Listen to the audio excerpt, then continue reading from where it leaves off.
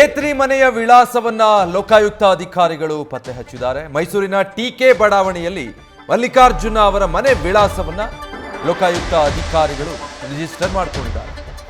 ಸಿದ್ದರಾಮಯ್ಯನವರ ಬಾಮೈದು ಮಲ್ಲಿಕಾರ್ಜುನ ಸ್ವಾಮಿಯವರ ಮನೆ ಖಾಲಿ ಇದೆ.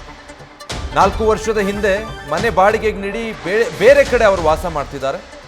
ಬೆಂಗಳೂರಿನ ಡಾಲರ್ಸ್ ಕಾಲೋನಿಯಲ್ಲಿದ್ದಾರೆ ಅನ್ನುವಂಥ ಮಾಹಿತಿ ಕಲೆ ಹಾಕಿದ್ದಾರೆ.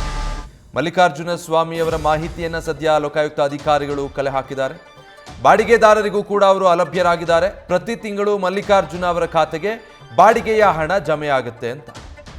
ಈ ಪ್ರಕರಣದಲ್ಲಿ A3 ಮಲ್ಲಿಕಾರ್ಜುನ ಅವರೇ ಇದನ್ನು ಪಾರ್ವತಿಯವರಿಗೆ ಕೊಟ್ಟಂತಹ ಜಾಗ, ಅದಾದ ಮೇಲೆ ಅದನ್ನು ಮೂಡ ಎನ್ಕ್ರೋಚ್ಮೆಂಟ್ ಮಾಡ್ಕೊಳ್ತು ಅಂತ ಈ ಪ್ರಕರಣದಲ್ಲಿ ಮಲ್ಲಿಕಾರ್ಜುನ ಸ್ವಾಮಿ A3 ಆರೋಪಿ.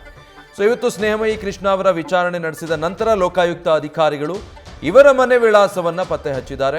ಮೈಸೂರಿನ ಟಿಕೆ ಲೇಔಟ್ನಲ್ಲಿರುವಂಥ ಇವರ ನಿವಾಸಕ್ಕೆ ಹೋಗಿ ವಿಚಾರಿಸಿದ್ದಾರೆ. ಬಟ್ ಅಲ್ಲಿ ಇವರು ಲಭ್ಯ ಆಗಿಲ್ಲ. ಬದಲಾಗಿ ಆ ಇಡೀ ಕಟ್ಟಡವನ್ನು ಬಾಡಿಗೆಗೆ ಕೊಟ್ಟಿದ್ದಾರೆ. ಇವರು ಬೆಂಗಳೂರಲ್ಲಿ ಡಾಲರ್ಸ್ ಕಾಲೋನಿಯಲ್ಲಿ ವಾಸ್ತವ್ಯ ಹೂಡಿದ್ದಾರೆ ಅನ್ನೋ ಮಾಹಿತಿಯನ್ನು ಪಡ್ಕೊಂಡಿದ್ದಾರೆ.